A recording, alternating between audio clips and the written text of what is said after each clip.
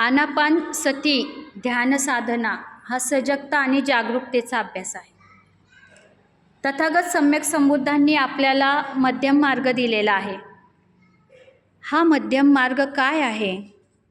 तर जीवनरूपी समुद्राचे 2 टोके आहे, आत्यंतिक टोकेत.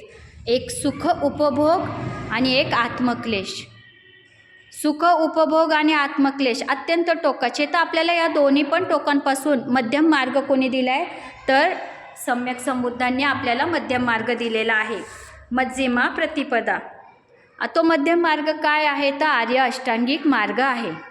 आणि आर्य अष्टांगिक मार्गामध्ये आपण जेव्हा सम्यक समाधीकडे वळतो त्यावेळी आपल्याला ही जी सत्याची अनुभूती आहे ती मिळते. येणारा श्वास, जाणारा श्वास. विपश्यना ही 3 विभागात विभागलेली आहे.